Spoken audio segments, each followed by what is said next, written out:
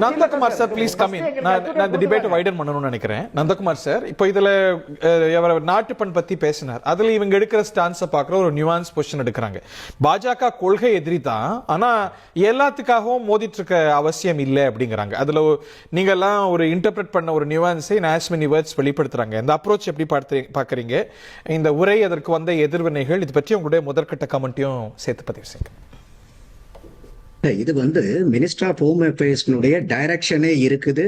கவர்னரோ பிரசிடென்ட்டோ வந்தாங்கன்னா அவங்க வரும்போதும் போகும்போதும் நேஷனல் ஆந்தம் பாடணுங்கிறது. அப்போ இது இன்னைக்கு இது காம்ப்ரமைஸ் இல்லை. அடுத்தது நேத்து பேசும்போது எல்ஓபி என்ன ஒரு வார்த்தையை பயன்படுத்துறாருன்னா, நாங்க ஆட்சியில் இருந்த போது இந்த அவையனுடைய இறையாண்மையை காத்தோம்ங்கிறாரு. அப்போ லீடர் ஆஃப் அப்போசிஷனுக்கு இறையாண்மைனே என்னன்னே தெரியலையா அவருக்கு? இறையாண்மைனா சோவர்னிட்டி. ஒரு அசம்பிளி, ஸ்டேட் அசம்பிளிக்கும் சோவர்னிட்டி கிடையாது, பார்லிமெண்ட்டுக்கும் சோவர்னிட்டி கிடையாது. நம்ம country is run by constitutional supremacy. இப்ப அந்த ஒரு அடிப்படை தகவலை கூட தெரிஞ்சுக்காம ஒரு லீடர் ஆஃப் ஆப்போசிஷன் நாங்க இருக்கும்போது இந்த அவையனுடைய இறையாண்மையை காப்பாத்தணும்னா எந்த அளவுக்கு அவர் ஒரு leader of opposition is well இன்ஃபார்ம்டாங்கிற கேள்வியை நாட்டுப்பண் இன்னைக்கு இந்தியாவில் பாடக்கூடிய தேசிய கீதம் என்ன சார்? பங்களாதேஷ் தேசிய கீதத்தை பாடிட்டாங்களா? இல்ல நேபாளுடைய தேசிய கீதத்தை பாடிட்டாங்களா? இந்தியா எந்த நாட்டுல சார் இருக்குது? இந்தியாவுடைய மாநிலம் தானே சார் தமிழ்நாடு. அப்ப இந்தியாவுடைய தேசிய கீதம் ஆளுநரும் பிரசிடென்ட்டும் வரும்போதும் போகும்போதும் பாடணும்னா ஜனகணமன தானே சார் பாடணும். என்ன சார் பேசிக்கிட்டு இருக்காங்க எல்லாருமே? இல்ல ஒரு வாதம் வைக்கலாம். 2 வாட்டி தமிழ் தாய் வாழ்த்து பாடுவோம், 2 வாட்டி ஜனகணமன, 2 வாட்டி தமிழ் தாய் வாழ்த்து தாராளமா பாடலாம். தாராளமா. அது வரைக்கும் எனக்கு நானே சொல்றேன், ஐயா உதயநிதி ஸ்டாலின் அவர்கள் 2 தடவை நீங்க தமிழ் தாயும் வாழ்த்தையும் பாடலாமேங்கிறதுல எனக்கு உடன்பாடு உண்டு. ஆனா அவர் ஒரு படி மேல என்ன சொல்றாரு? ஜனகணமன 2 தடவை பாடினா தமிழ் தாய் வாழ்த்து நீங்க 3 தடவை பாருங்க. அப்போ உங்களுடைய இன்டென்ஷன் தமிழ் தாய் வாழ்த்தும் ஜனகணமனமும் பாடணும் பாடக்கூடாதுங்கிறதா, இல்ல மூடிட்டு இன்னைக்கு முதலமைச்சர் அவர்கள் சொன்ன மாதிரி எதற்கடுத்தாலும் கண்ணை மூடிட்டு டெல்லி கூட சண்டை போனணுங்கிறதா?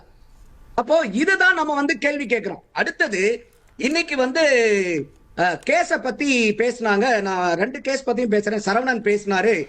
அவர் I think he is an advocate, senior அட்வொகேட்டா இருக்காரு. ஒரு டாக்ஸ் டிஸ்பியூட்டுக்கும் ஒரு கரப்ஷனுக்கும் வித்தியாசம் தெரியலையா மிஸ்டர் சரவணனுக்கு? Tax dispute is not is equal to corruption. இன்னைக்கு thousands of individuals, thousands of companies are having case in the court complaining against the tax disputes. அப்போ இந்த இன்கம் பொறுத்த வரைக்கும் டைமிங், நேச்சர், டிஸ்க்ளோசர், தனி மனிதன்ல இருந்து நிறுவனங்கள் வரைக்கும் இன்னைக்கு கோர்ட்ல ரிட் பெட்டிஷன் ஃபைல் பண்றாங்க. ஒரு ரிட் பெட்டிஷன்ங்கிறது ஒரு இண்டிவிஜுவலுக்கோ நிறுவனங்களுக்கோ கொடுக்கப்பட்ட சட்ட உரிமை சார். இது முட்டு கொடுக்கலாங்க தானே சார்? போய் முட்டு கொடுக்கலாம், இப்படி மொரட்டு முட்டுலாம் கொடுக்க கூடாது. அதுக்கு மேல ஒரே நிமிஷம் சார் ப்ளீஸ். சரவணன், நீங்க எல்லாரும் பேசும்போது குறுக்கிடாதீங்க ப்ளீஸ். அப்படி குறுக்கிற மாதிரி இருந்தா ஹரிகரன் நீங்க அவரை மட்டும் பேச வைங்க. I keep myself silent because I am speaking online. Go ahead sir. அப்போ இந்த டாக்ஸ் டிஸ்பியூட்டுக்கும் கரப்ஷனுக்கும் வித்தியாசம் தெரியாம உட்கார்ந்துகிட்டு ராம்கே வாசுக்காக ஒரு அலிகேஷன் கொடுத்துட்டு இருக்கிறது இட் இஸ் கம்ப்ளீட்லி நான் அக்செப்டபிள். ரெண்டாவது, நீங்க செங்கோட்டையனை பத்தியும் பேசினாரு. நீங்க திருப்பி 2 தடவை சொன்னீங்க he has been exonerated ன்னு சொன்னீங்க. ஆமா ஆமான்னு சொல்லிக்கிட்டு he has been convictedங்கறாரு. இப்ப எக்ஸனரேட்னா என்ன சார் அர்த்தம்? குற்றமற்றவர் என்று நிரூபிக்கப்பட்டு விடுவிக்கப்படுறாருன்னு அர்த்தம் சார். அது நீங்க சொன்னதுக்கு அப்புறம் கூட ஆமா ஆமான்னு சொல்லிட்டு செங்கோட்டையன் மேல கன்விக்ஷன் இருக்குன்றாரு. என்ன சார் இதெல்லாம் பேடுறீங்க? அப்போ இப்ப இவரு சொன்னாரு, நம்மளுடைய வில்சன் அவர்கள் பாத்தீங்கன்னாக்கா இந்த டாக்ஸ் அவரும் இந்த இத பத்தி பேசுறாரு. அதே டிஸ்பியூட்ட தான் பேசுறாரு இங்க. அந்த dispute is a tax dispute. It's not a corruption. இப்போ எல்லாருமே உங்களுக்கு தேவையான பிக் அண்ட் சூஸை எடுத்துட்டு இங்க பெத்த படித்தவர்கள் இப்ப அதுல வேற பொன்வில்சன் ஐயா பெலிக்ஸ கிரிட்டிசைஸ் பண்றாரு, நீங்க ஒருத்தர் தான் படிச்சவரா அப்படின்ட்டு. இப்போ நீங்க ஒரு தவறான கருத்தை பொதுவெளியில சொல்லும் போது அதை ஒரு கரெக்ட் பண்ணும்போது நீங்க திருப்பி உங்களுடைய சைடுல இருந்து உங்களுக்கான ஆதாரம் என்னங்கிறதுக்கான சொல்லணும். அரசாங்கத்தை ஏமாத்தவே இல்லைன்னு சொல்லுங்க. உங்க தலைவர் புனிதமானவர்னு சொல்லுங்க. நாட்டு பண்ணோம் நீங்க ஒரு முடிவு ஒண்ணா நீங்க கேட்டுட்டீங்க, அது பதில் சொல்ல மாட்டீங்க. இருக்கிறவங்க பேசாதீங்க. போய் எந்த மாதிரி நீங்க படிச்சிட்டு இருக்கீங்க? ஒரு பொதுமக்களுக்கு நம்மள மாதிரி பொறுப்பா இருக்கக்கூடிய ஆட்கள் சரியான தகவல்கள் கடத்தணும், தவறான தகவல்களை கடத்தக்கூடாது. இப்போ இந்த இடத்துல இன்னைக்கு திமுக தயவுல தான் இன்னைக்கு ஆட்சி நடக்குது அப்படின்னு கேட்கிறாரு. இதுக்கு வந்து ஐயா காதர் மொய்தீன் அவர்கள் ரொம்ப காட்டமாவே பதில் சொன்னாரு. என்னன்னா அப்ப ஐயுஎம்எல பார்த்து திமுக என்ன சொன்னாங்கன்னா, எங்களுடைய வாக்க வாங்கி தான் அவங்க ஜெயிச்சுட்டு போயிருக்காங்க அப்படின்னு சொல்லும் போது ஐயா வந்து காதர் மொய்தீன் அவர்கள் காட்டமாவே இது முட்டாள்தனமான வாதம், அவங்க வாக்க வாங்கி நாங்க ஜெயிச்சிருக்கோம்னா எங்க வாக்கு வாங்கி தானே அவங்க ஜெயிச்சிருக்காங்க. அப்போ இன்னைக்கு கூட்டணி கட்சிகள் ராஜினாமா பண்ணணும்னு சொன்னா திமுக அந்த ஓட்டுல அவங்க வாங்கின 1,19,00,000 ஓட்டுல பிசிகாவுடைய ஓட்டும் உண்டு, சிபிஐ ஓட்டு உண்டு, சிபிஎம் ஓட்டு உண்டு, ஐயுஎம்எல் ஓட்டும் உண்டு. இப்போ அந்த 59 சீட்டையும் திமுக இன்னைக்கு ராஜினாமா பண்றதுக்கு தயாரா?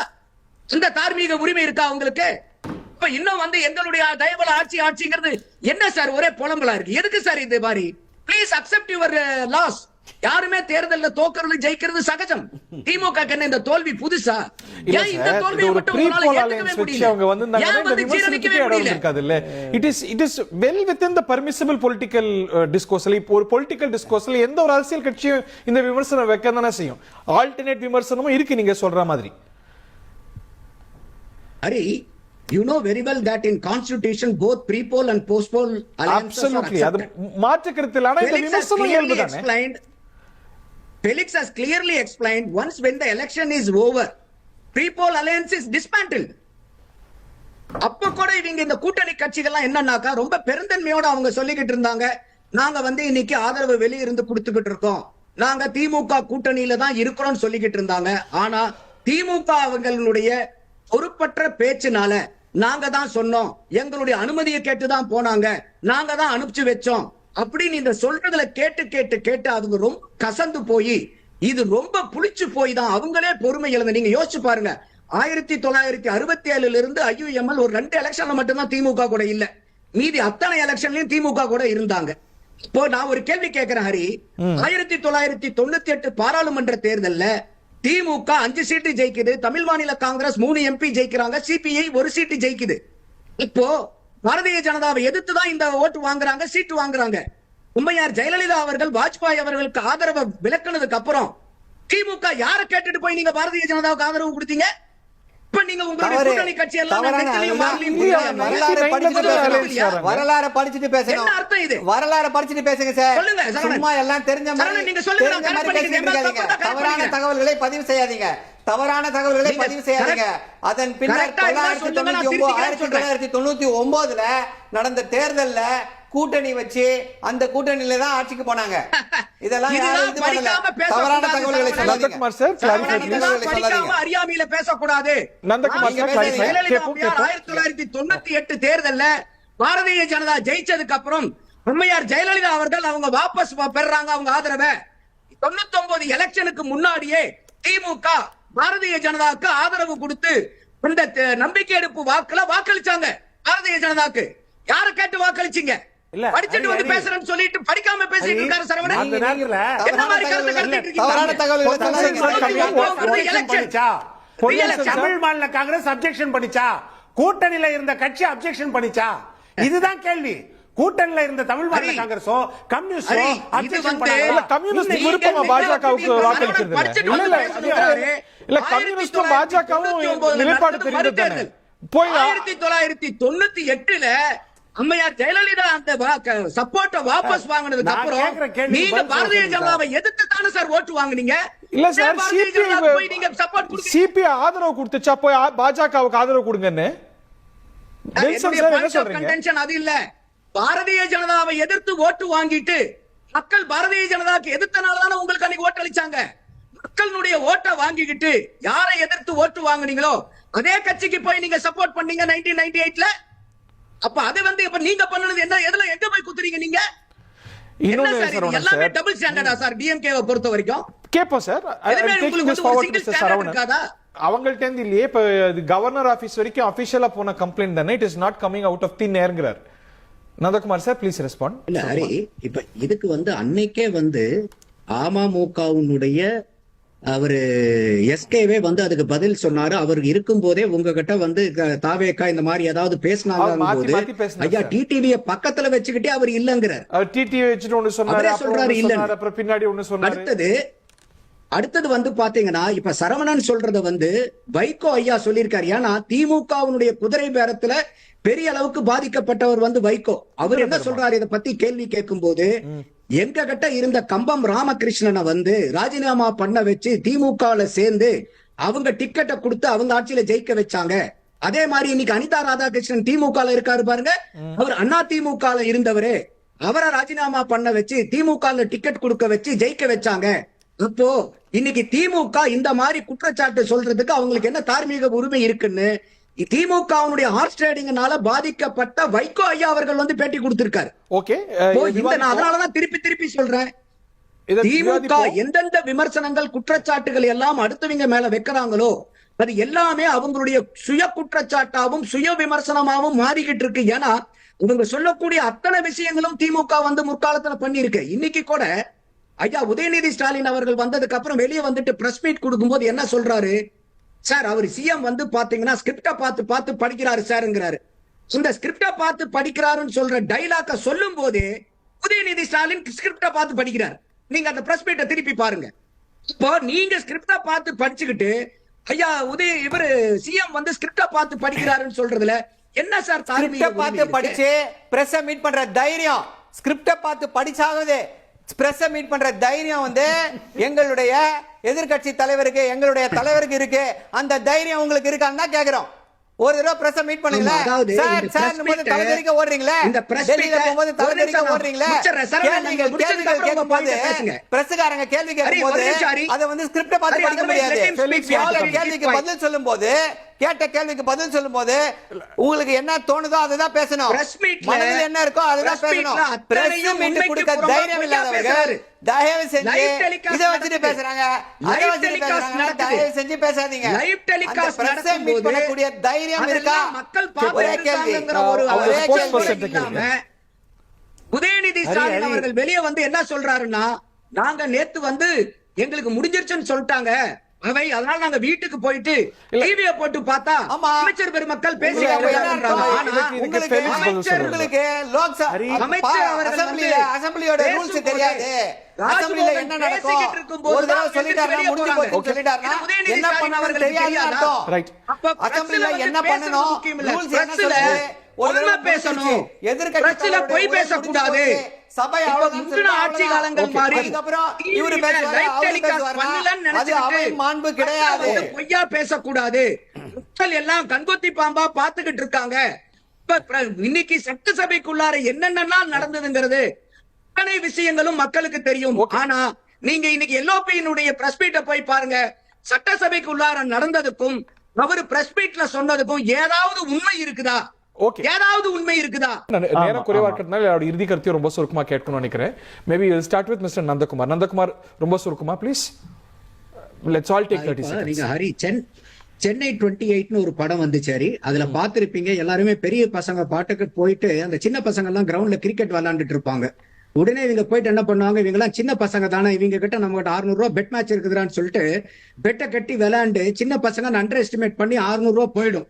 அதுக்கப்புறம் வந்து பாத்தீங்கன்னா மறுபடியும் மேட்ச் வச்சு திருப்பி பேட்டை வந்து பெட் வச்சு பேட்டையும் தோத்துருவாங்க. கடைசியில ஏப்பா பேட்டை கொடுப்பா நான் வீட்டுக்கு போகணுங்கிற அளவுக்கு இருக்கும். அந்த மாதிரி இன்னைக்கு 76 ஆண்டு கால திமுகவும் 2 வருஷம் 4 மாசம் ஆன தாவேக்காவும் வந்து பாத்தீங்கன்னாக்கா இன்னைக்கு வந்து சபா சரியான போட்டிங்கிற அளவுக்கு தாவேக்காவை வந்து ரொம்ப அண்டர் எஸ்டிமேட் பண்ணிட்டாங்க டிவிக்கு இது திமுக. இப்ப வந்து நீங்க ப்ரிப்பேர்டா வந்திருக்கணும். அப்ப இப்ப கூட பேசும்போது சொல்லிட்டு இருந்தாங்க அவர் 23ஆம் தேதி தான் பேச போறனால அவர் ப்ரிப்பேர்டெல்லாம் வந்திருப்பாங்கன்னு ஐயா பொன்வில்சன் சொல்லுவார். ஆமாங்க, சட்டசபைக்கு போகும்போது நம்ம எப்ப பேச போறோம் என்ன பேச போறோம் அதுக்கு ப்ரிப்பேர்டாகி தானே வரணும். இப்போ இந்த அளவுக்கு வந்து அண்டர் எஸ்டிமேட் பண்ணி அங்க இருக்கக்கூடியது வந்து ரொம்ப இளைஞர் பட்டாளமா இருந்தாலும் இப்ப முதலமைச்சரோட துறையுடைய கருத்துக்கள் கூட மற்ற அமைச்சர்கள் தானே சொல்றாங்க. அப்படி சிஎம்ஸ் வந்து அவங்க துறை விஷயங்களை இன்னொரு அமைச்சருக்கு டெபியூட் பண்ணது இல்லையே.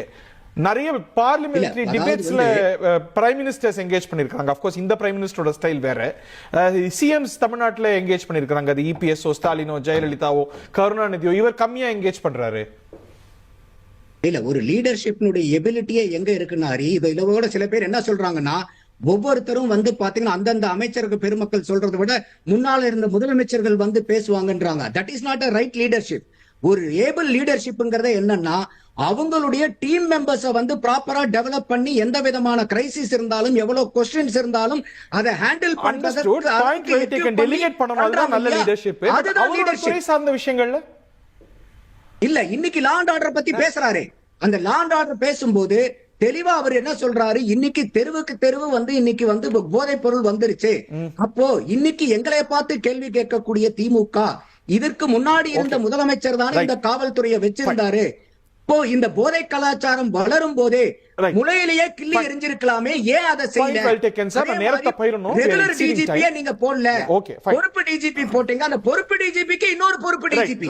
செகண்ட்ஸ் எக்ஸீடட் டைம் நாள ரெண்டு பேருக்கு ஃபேரா இருக்குங்க. 10 செகண்ட்ஸ் நந்தகுமார் சார் சுருக்மான் சஞ்சீவிலா பேச ஐயா பொன் வில்சன் செல்லும் போது வந்து பாத்தீங்கன்னா பேச உடனடியா பதில் கொடுக்கும் போது இது வந்து ஒரு டிபேட்டிங் ஸ்டேஜ் இல்ல. அப்படி பார்த்தா இன்னைக்கு வந்து போன ஆட்சியிலேயே வந்து திண்டுக்கல் லியோனியை தான் கொண்டு வந்து நீங்க முதலமைச்சரா உட்கார வச்சிருக்கணும். நமக்கு வந்து we need an administrator, not a debater. ஒரு ஏபிள் அட்மினிஸ்ட்ரேட்டருக்கும் ஒரு டிபேட்டருக்கும் உண்டான ஒரு வித்தியாசத்தை புரிஞ்சுக்கணும். ஓகே ஆதவ அர்ஜுனாவை அதுதான். அப்போ என்ன மாதிரி நம்மளுடைய முதலமைச்சரை பத்தின என்ன புரிதல் நம்ம கிட்ட இருக்குதுங்கறதே தெரியாம கேக்குற கேள்விக்கு உடனே வந்து இதுக்கு பேர் தான் அவதூறு. இதுதான் அவதூறு. இதுக்கு பேர் தான் அவதூறு. கூட ஒரு புரிதல் இல்லாம okay fine fine point well taken. Sanjeevi முதலமைச்சர் வேணும்னா இதான் சார் உங்களுடைய எதிர்பார்ப்பு. We need an able administrator. Okay